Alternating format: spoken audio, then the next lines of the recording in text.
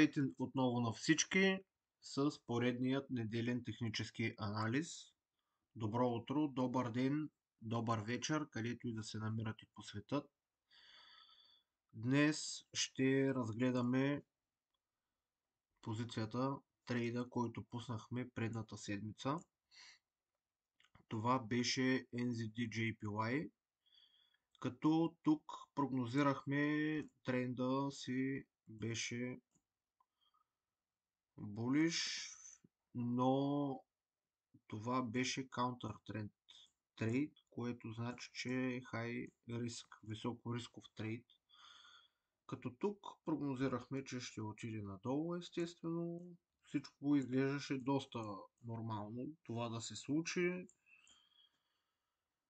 но поради ред обстоятелства и така да кажем, че няма как всеки един път да печелим в трейдинга.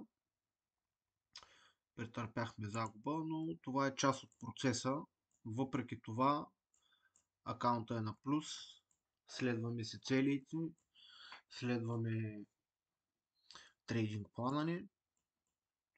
Тук можем да видим как ето тук, след като видях на 4 часа и на 2 часа, че цената вече отива надолу, изчаках този ретест тук, който продължи малко повече. Тук просто цената не можа да пробие това дъно и продължи нагоре, като тук бяха, мисля, че някакви новини имаше и можем да видим как образува самата цена left head и right shoulder и вече тук евентуално може да продължи нагоре цената. Това беше трейда за предната седмица, който е загуба, но до тук работите са доста добре. Движим се бавно, плавно, следваме плана, следваме стратегията. Винаги ще има такива трейдове, като тук може да видите какъв, нали, тук се заформи също след този кендъл, се заформи може би Morning Star Formation, които са bullish кендали. Тук имаме Shift на структурата и тук евентуално вече ще наблюдаваме какви ще са новините през новата седмица, как ще отвори тук. Като искам да подчертая, че в момента, в който аз видях, въпреки че съм на загуба, в момента, в който аз видях, че тук ето тези кендали на 2 часа вече ще пробият този хай тук, аз някъде, ето тук не съм точно сигурен, но затворих ето тук някъде трейда, като това пак е загуба, но предпочетах аз да я съкратя, отколкото да поема абсолютно цялата загуба, след като видях, че самият трейд не е правилната прогноза, която съм направил, но няма значение. Трейдингът е един маратон, не е спринт, затова бавно и славно всеки един, който се е захванал с това, ще успее. На някои хора вчера гледах едно видео, в което едно момче разкрива как 8 години е бил напълно постоянно губещ, докато едва ли не е открил някаква стратегия. Просто искам да кажа на всеки един, че най-голямата стратегия в трейдинга е майндсета, психологията, как действаме в ситуацията, импулсивно ли, следваме ли трейдинг плана. Защото тук дори и да съм загубил, на SZD-JPY, тази загуба може да сложа към правилните загуби, защото намалих самия риск, като видях вече, че цената ни успява тук да пробие дъното, това дъно. Следващият трейд, който всъщност първият трейд, този беше NZD-JPY, беше трейда за предната седмица, ще е AUD CAD, като тук ще наблюдаваме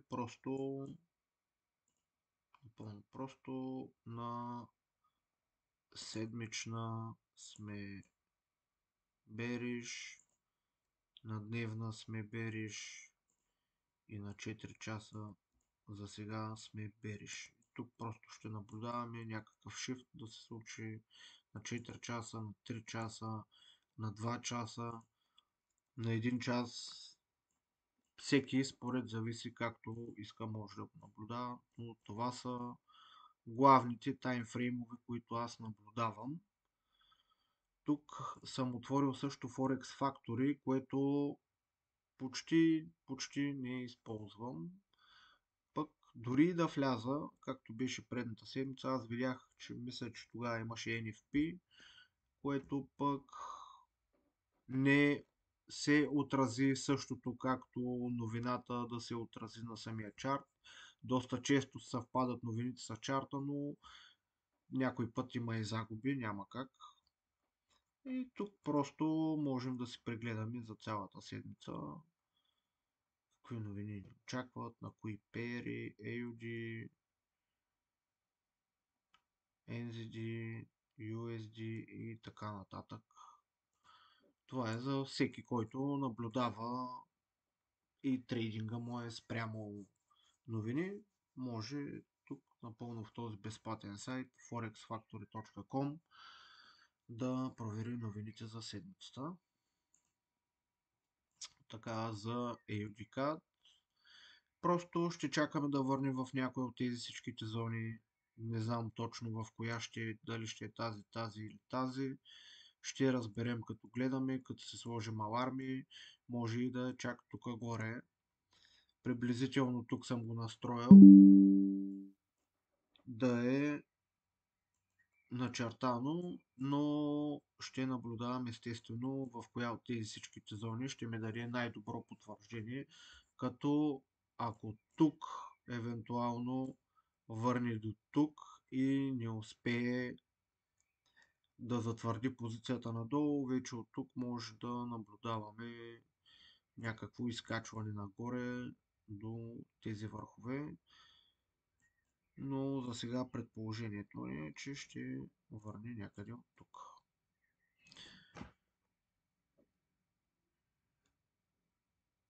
Следващия трейд ще е NZD-CAD.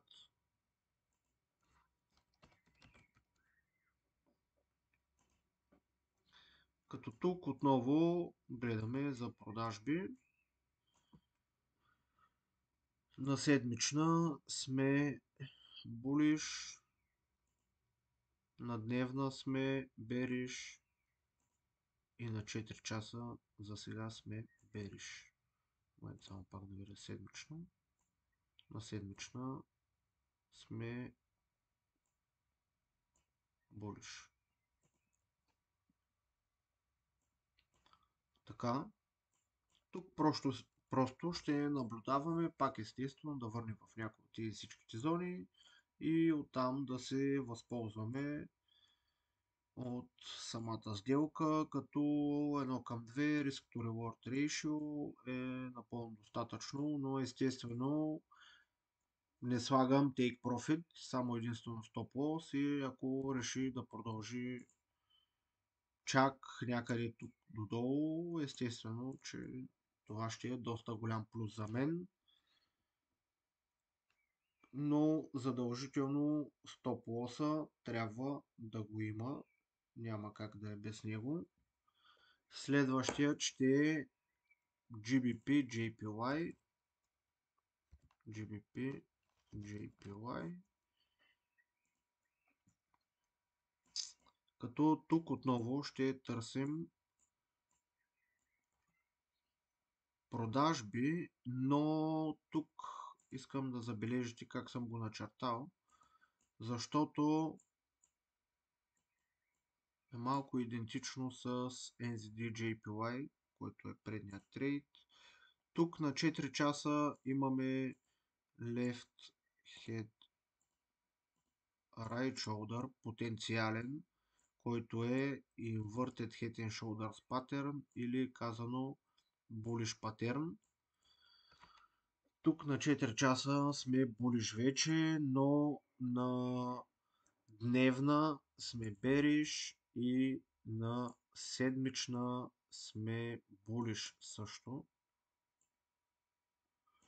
Така че ще наблюдаваме този трейд. За сега съм го оставил така, защото ако тук примерно мине този хай, това ще значи за мен, че Inverted Head and Shoulders патерна е потвърден и евентуално ние ще може да се възползваме от сделката някъде, да кажем,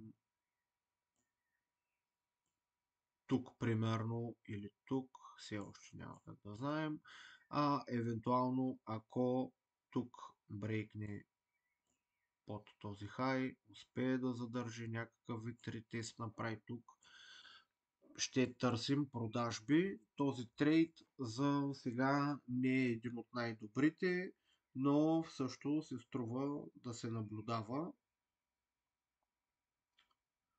Следващият ще е AUD-NZD, като с този трейд ще приключим техническият анализ AUD-NZD, като тук мисля, че очаквахме да сме bullish за buy покупки. Тук доста просто, отново на седмична сме bearish, на дневна сме bullish и на 4 часа за сега сме все още bullish, но тук ще чакам да върне някъде тук, няма как да знам. Ще мисля да е тук примерно, което това ще е доста прецизно. Но дори да върне в някои от тези зони, затова трябва винаги да се дава breeding room на стоп лоса, да не е буквално тук или тук, защото потенциално на 99% ще има liquidation от самата сделка. Виждате колко игли напоследък прави този пеер. Ами, това беше всичко за тази седмица, за този технически анализ. Ще се радвам, ако харесате видеото, абонирате се за канала, споделите го с приятели, за да мога да правя все още технически анализи и да разрастваме нашата група. Благодаря ви отново, чао и до нови срещи!